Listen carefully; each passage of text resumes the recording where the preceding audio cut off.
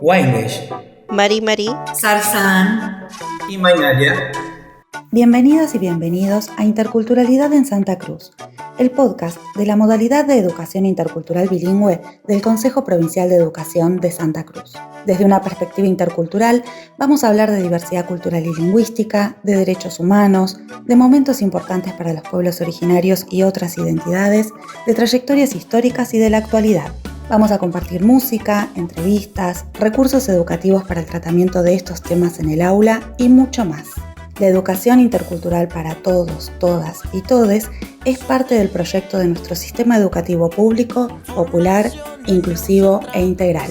En nuestro tercer episodio, vamos a hablar del 12 de octubre, el Día del Respeto a la Diversidad Cultural. Desde hace unos años, proponemos resignificar esta fecha a partir de la pluralidad de voces. Proponemos reflexionar sobre las implicancias del proceso que inició el 12 de octubre de 1492, sus consecuencias y las distintas formas de resistencia y existencia de los pueblos originarios. Para esto nos preguntamos, ¿qué pasó el 12 de octubre de 1492? El 12 de octubre de 1492, Cristóbal Colón, al mando de una expedición española, llegó a lo que hoy conocemos como continente americano. Este acontecimiento ha pasado a la historia tradicionalmente como el día del descubrimiento de América. Sin embargo, hace ya unos años se ha iniciado el debate respecto a cómo debería ser tratado. ¿Festejo? ¿Celebración? ¿Conmemoración? ¿Y cuál sería el sentido que debe tener? ¿Encuentro? ¿Descubrimiento? ¿De quién? ¿Por quién? ¿Conquista? ¿Colonización? ¿Encubrimiento? ¿Invasión? Intentaremos responder a estos interrogantes. Aunque la denominación Día de la Raza prevalece en muchos países, en América Latina los nombres suelen variar de un país a otro. Algunos lo recuerdan como un encuentro entre dos mundos. Otros destacan la diversidad de los pueblos americanos y algunos hacen énfasis en la noción de resistencia. Día de la Raza se apoya en la supuesta existencia de razas humanas, asociadas cada una a un color de piel: negra, blanca, amarilla y hasta roja. Esto fue sistematizado por primera vez en el año 1758 por el naturalista, botánico y zoólogo Linné, bajo la pretensión de la época de clasificar a todos los animales y plantas. Estas clasificaciones imponían una jerarquía, donde los blancos representaban a los grupos superiores, mientras que los no blancos eran considerados inferiores socialmente. Hoy sabemos que no es correcto hablar de razas entre los seres humanos. Esta pretensión de querer clasificar fue lo que respaldó la supuesta superioridad europea, y por lo tanto se justificaron procesos de opresión, como la conquista y la colonización de América. Estamos escuchando Interculturalidad en Santa Cruz, el podcast de la modalidad de educación intercultural bilingüe del Consejo Provincial de Educación de Santa Cruz. Encuentro de dos mundos. Esta denominación suele implicar que la llegada de los europeos a América fue un acontecimiento pacífico y sin conflictos, cuando en realidad se trató de un proceso de conquista en el cual se cometieron prácticas genocidas contra las poblaciones originarias de América. Por otro lado, en esta denominación no se contempla la diversidad cultural que caracteriza al continente americano, es decir, se lo describe como un bloque cultural único, englobado bajo un mismo término, el de indios. Esta palabra es una categoría colonial que nace con la conquista para dominar a toda la población nativa, sin tener en cuenta las particularidades sociales e históricas.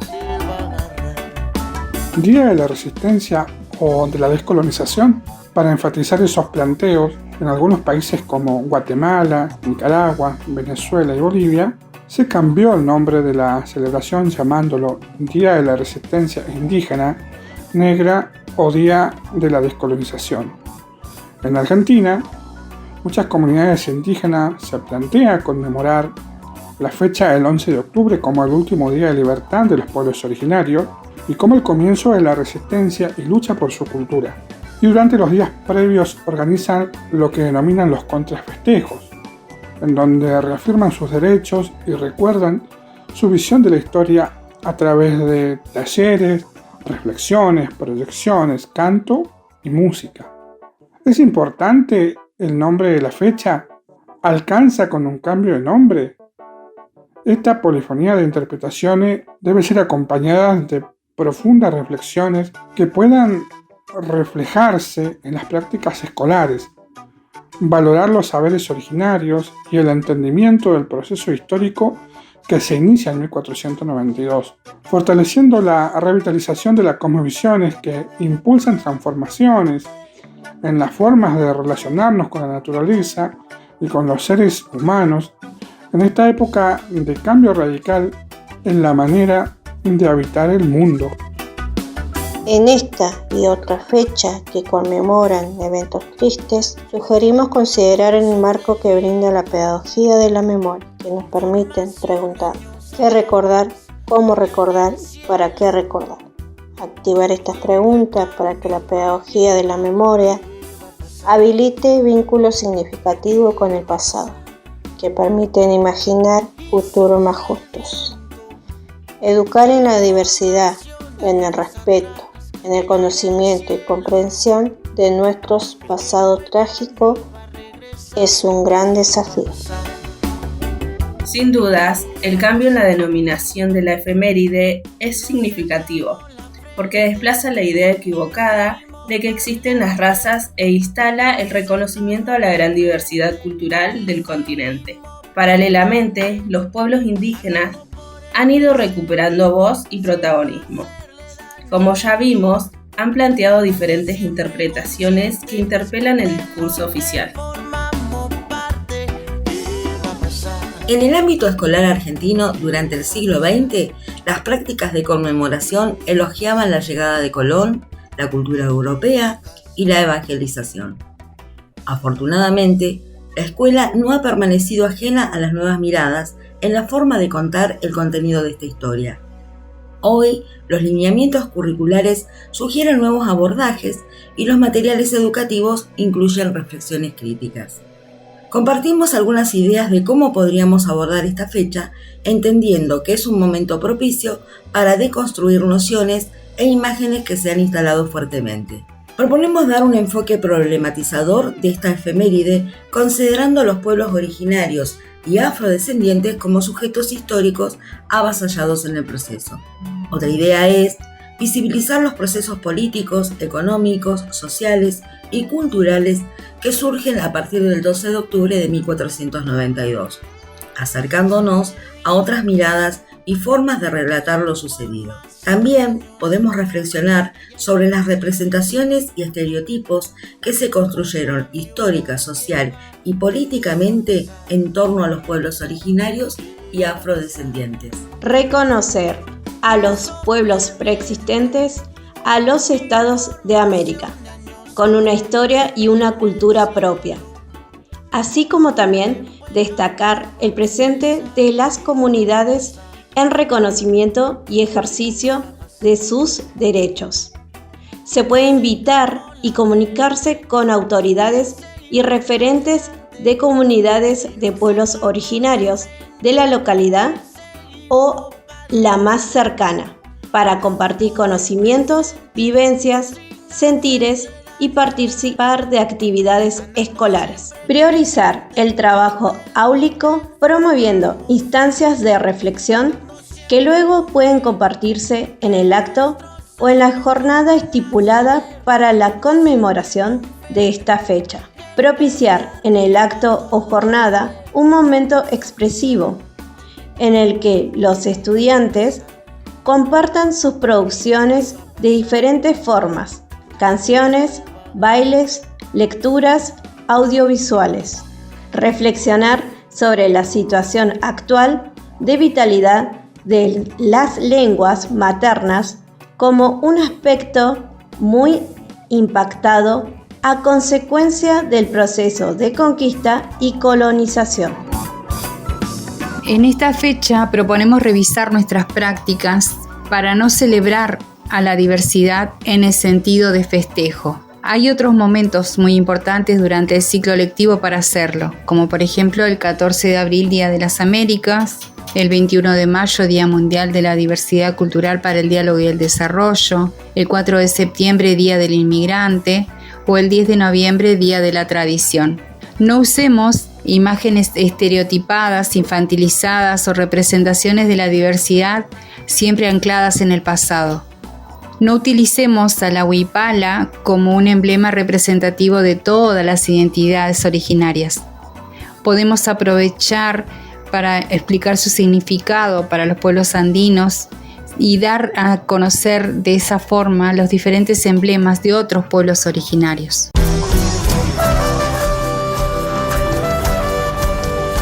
Para despedirnos, compartimos el tema musical Este es mi Mapu de la banda Colelo. Colelo nació en Padre de las Casas, región de la Araucanía. Hacen música de fusión rock mapuche en la que se entremezclan instrumentos contemporáneos con instrumentos ancestrales mapuche, dando como resultado un ritmo original y único. Donde canta el trigul por la mañana, donde la lluvia cura el alma en la tristeza, donde la noche adormece el alma. De aquí soy yo, este es mi Mapu, donde nace del silencio la fragancia de lo antiguo espiritual sobre una llaga, donde en el viento cabalga vuela blanca.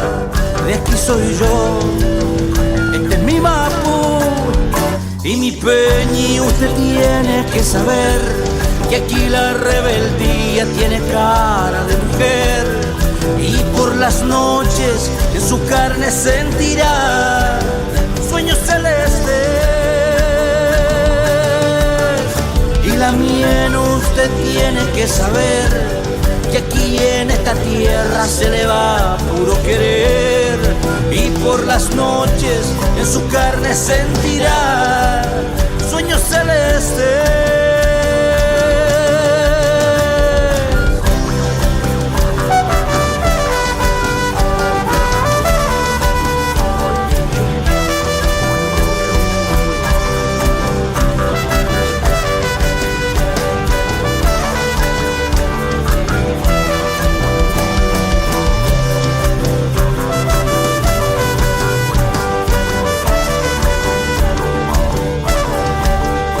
Las manos amasan las estrellas para regar amor brillante en las heridas, donde la fuerza y energía está en la calma.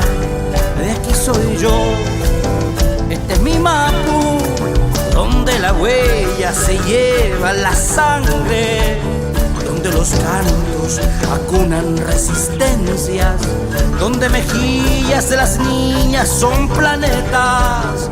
De aquí soy yo, este es mi Mapu y mi peñi. Usted tiene que saber que aquí la rebeldía tiene cara de mujer, y por las noches en su carne sentirá sueños celestes. La miel, usted tiene que saber que aquí en esta tierra se le va. Esperamos que la información que compartimos hoy les haya resultado interesante. Los y las esperamos en el próximo episodio de Interculturalidad en Santa Cruz, el podcast de la modalidad de Educación Intercultural Bilingüe del Consejo Provincial de Educación de Santa Cruz. Atanash, Mayricás, Tinkunakama, Peucayal.